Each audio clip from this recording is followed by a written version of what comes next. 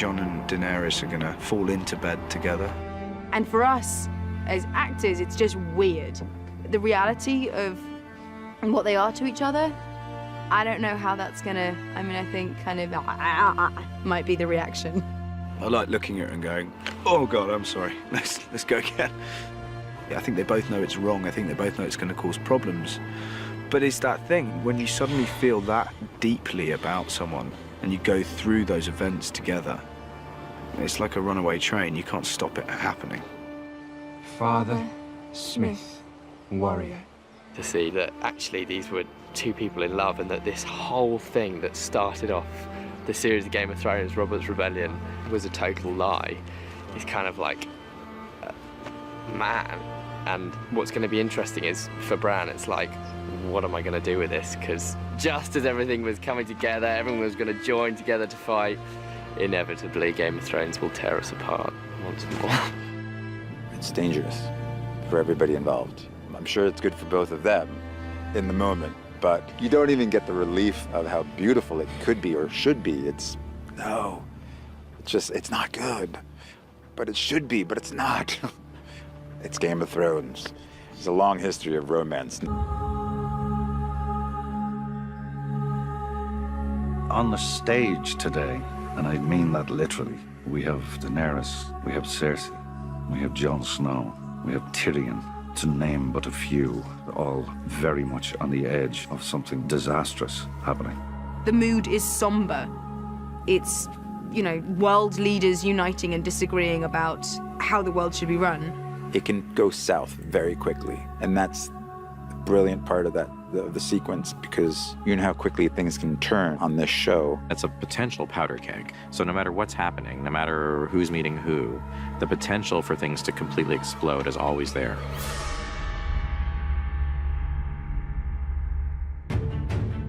The Dragon Pit is probably one of the most essential sequences in all of Game of Thrones. Tyrion and his posse, they know they're entering a dangerous place, and they know they're taking a risk coming here. You have 60+ hours at this point of main characters who you are really invested in, and it's enjoyable to put people together who haven't been together before and see how they would react to each other. It's people becoming aware of the smallness, I think, in their nature. No matter how much they fight each other, there's a bigger threat to life than just who's on the throne. You can say to anyone, this disease is coming, but until you can show them evidence, they won't get past their own smaller problems to fight the big problem. These things build over time, It takes 70 hours to get to this point. It takes 70 hours for the story to allow this scene to happen. There's a momentum that's up now which doesn't stop. So that's really exciting. It's incredible because I am the new kid on the block. And I've seen these guys for 6 seasons now. And then all of a sudden being part of the scene. I think this is going to be one of the scenes of this season. The Dragon Pit epitomizes the central challenge of season 7, where we have, a dozen of our principal characters all in the same place, many of whom haven't seen each other since a very dramatic incident years before between them. So that scene was incredibly tricky to write and incredibly tricky to film. You want to be able to service all of these characters, and that was tremendously fun to plot out. Conflicts between people, friendships between people, which ones you wanted to highlight and which ones that you're going to have to let fall by the wayside. You have, dozens of little mini scenes. So we had to find great moments and character interactions and story for all of these characters. It was just so much fun to write for all these guys together. It kind of forced us to really explore what the different tonal variations were in those reunions. It's trying to keep an eye on what they're all there for. They're all there for a reason, which is to discuss the possibility of an alliance and whether that's even possible with these people who have so many reasons for hating each other and so few reasons for trusting each other. Welcome, my lords. For Pod to see Tyrion, that guy was the most important person in the world to him. He was the only person who'd given him a chance. I'm glad you're alive.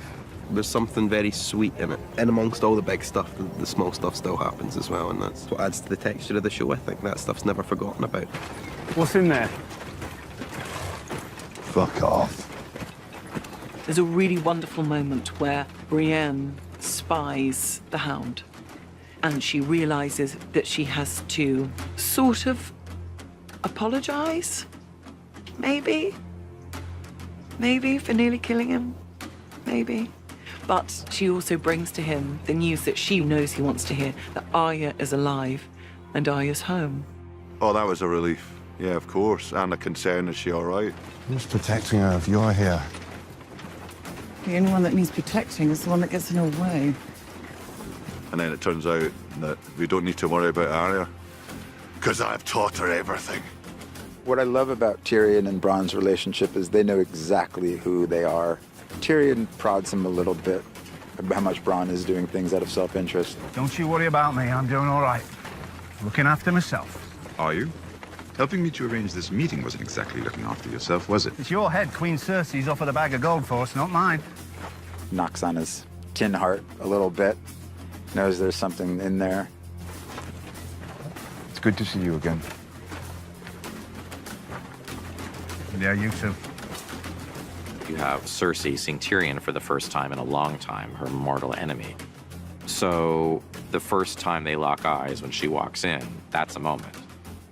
It's really awkward. It's like I know family reunions for everyone are very awkward, but let's just say the Lannisters are a complicated bunch. She's held him responsible for the death of her mother and the death of Joffrey and her father. You know, she can't really take responsibility or deal with her own grief. She has to just blame everybody else, and that's part of her pain too. Lena gives me a look that I never want to see ever again. It almost flattened me. I wanted to hide. Met my brother. That was good. I had a standoff with him, which was great fun. That was great. Ignoring a very serious situation, the Hound just goes straight to him and goes, basically, you and me, pal, we haven't finished. You're getting it. There's a non-verbal 4 or 5 second thing between Cersei, Jaime, and Brienne. That's not even a line of dialogue. It's just a little mini scene built out of looks. It's sort of like one of the worst things that happens to you at school. I think it's Brienne's idea of absolute abject hell. Fighting the Hound wasn't abject hell, but a moment of having to deal with Jaime and Cersei is the most excruciating thing that could possibly happen to Brienne. She arrives with the Mountain and Jaime and like you say, the Kingsguard, and she's, pretty fierce. And then she realizes that Dany isn't here, and that pisses her off, obviously. And then, of course, Dany arrives on Dragon. I take Fashionably Late to brand new heights.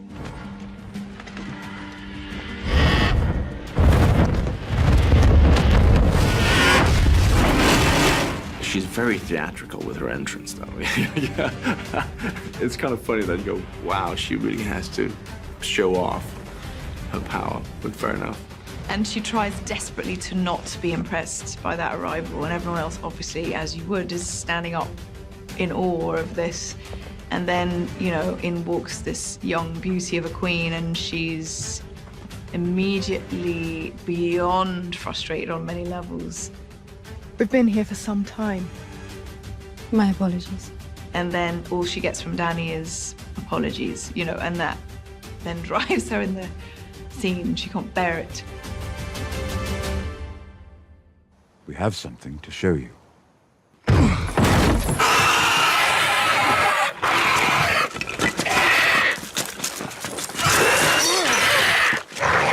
Well, for me, being a horror nerd, I was slightly giggly. So I was like, oh, my very own zombie. She has never, ever seen anything like this before. And this is a creature that defies her. This is a creature she doesn't know how to disable. She doesn't know how to kill. This is something else. Daenerys has seen it, and she's aware of it, and it's frightening, but she is just watching Cersei. She just needs to know that this has affected her. She's always had that notion of creatures like this, that they don't exist, and it's nonsense. And so I think when he's there, she's back as a kid, just But, you know, realizing everything her grandma, her nannies told her was real. She's staring into a face that she never thought existed. For Jamie, this is like definite proof that there is no choice. Clearly, this thing, we have to deal with this, and he believes them all. He believes his brother, but he also believes Daenerys and Jon Snow when they say that they saw 100,000 of these beings. That's where his head is.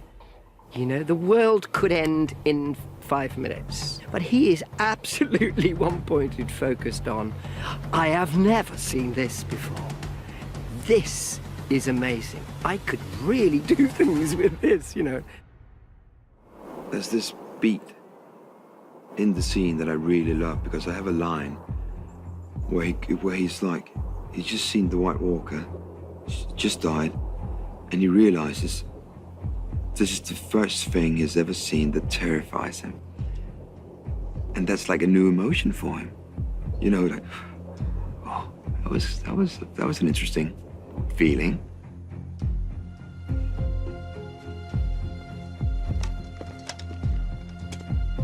I'm going back to my island.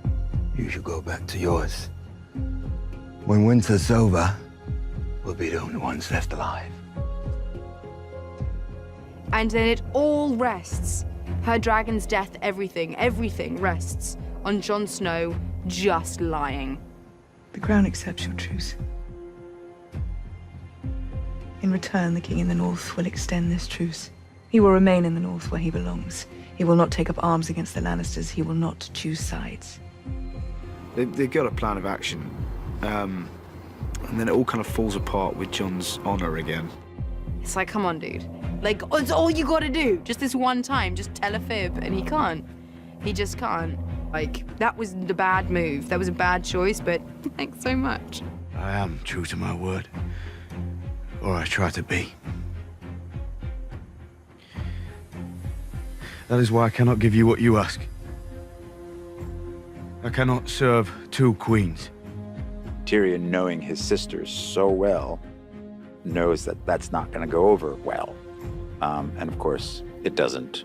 And when Jon does that, the whole thing crumbles. So it's sort of like, I get it, but Then there is nothing left to discuss. It is so much fun with all of us all together. Having been isolated for so long, and then suddenly, boom, I'm working with everybody. It was quite kind of event for me. I loved it. It's lovely. It's all of us being together. So we're all kind of, you know. that was really exciting because we are all just a big happy family. And that extended to after work, unfortunately, because we had way too much fun. You know, usually like here, you're on set and then you have a couple of other actors to hang out with. Suddenly we were like 10, 15 at the same hotel. It was just a recipe for disaster. But it was fun though. Having been so invested in the show for so long, for so many years, it's just so thrilling. And I was personally very excited to finally meet Daenerys. And I hope for the fans that they see a satisfying realization of what I think they've all been maybe waiting for, is for these worlds to be collided. Those 10 days were 10 of the most enjoyable days I've ever spent doing this show, because it's all these people having such an excellent time just being in each other's company. I